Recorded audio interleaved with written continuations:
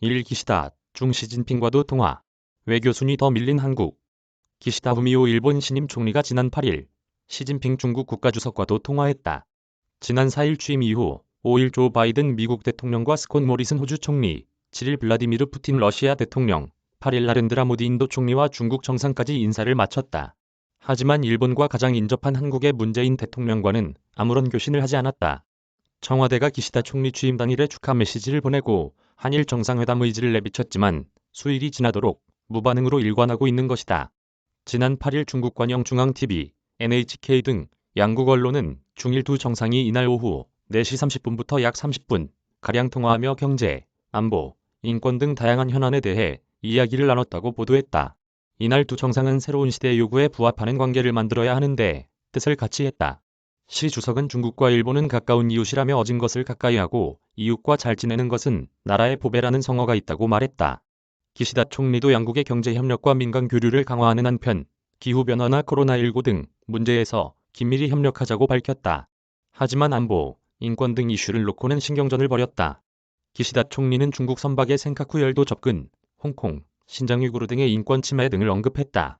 북한의 일본인 납치자 문제를 포함해 북한 문제에 있어서 양국의 협력도 촉구했다. 이에 시 주석은 중일 관계에는 기회와 도전이 병존한다며 역사로부터 교훈을 얻어 미래를 세우는 정신이 중요하다고 말했다. 일본이 과거 침략 전쟁에 대한 반성과 책임에서 자유로울 수 없다는 점을 우회적으로 꼬집은 것이다. 또 과거 중국과 일본 양국이 서명한 4대 정치 문건의 원칙, 준수를 요구했다.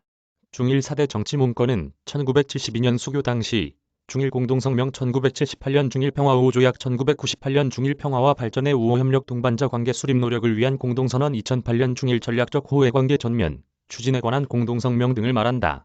일본의 과거사 반성과 하나의 중국 원칙, 상호 주권 및 영토의 완전성 존중 등이 핵심 내용이다. 기시다 총리는 시진핑 주석과의 통화를 마친 뒤 중미 관저에서 기자들에게 중국에 주장할 것은 주장하면서 앞으로 솔직하게 논의하겠다고 강조했다. 이로써 기시다 총리는 쿼드 동맹국인 미국, 호주, 인도를 비롯해 주변 강국인 러시아, 중국 정상과의 첫 전화회담을 마쳤다. 지난해 9월 스가 요시히데 전 일본 총리 취임 당시 중국에 하루 앞서 문재인 대통령과 먼저 통화한 것과 비교하면 기시다 내각에서 한국의 외교 순위가 더 밀린 것으로 해석된다.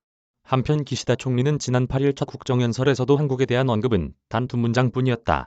기시다는 한국은 중요한 이웃 나라라며 건전한 관계로 되돌리기 위해 한국 측의 적절한 대응을 강하게 요구하겠다는 기존 입장만 되풀이했다. 한국과의 관계 회복에는 큰 관심이 없어 보였다. 오히려 북한과의 대화에는 진정성을 보였다. 기시다는 취임 첫날 기자회견에 이어 국정연설에서도 북한과 국교 정상화 실현을 목표로 하겠다며 이를 위해 김정은 위원장과 조건 없이 만날 것이라고 밝혔다. 송지유 기자 이메일 주소. 저작권자 돈이 보이는 리얼타임 뉴스 머니투데이. 무단전제 및 재배포 금지.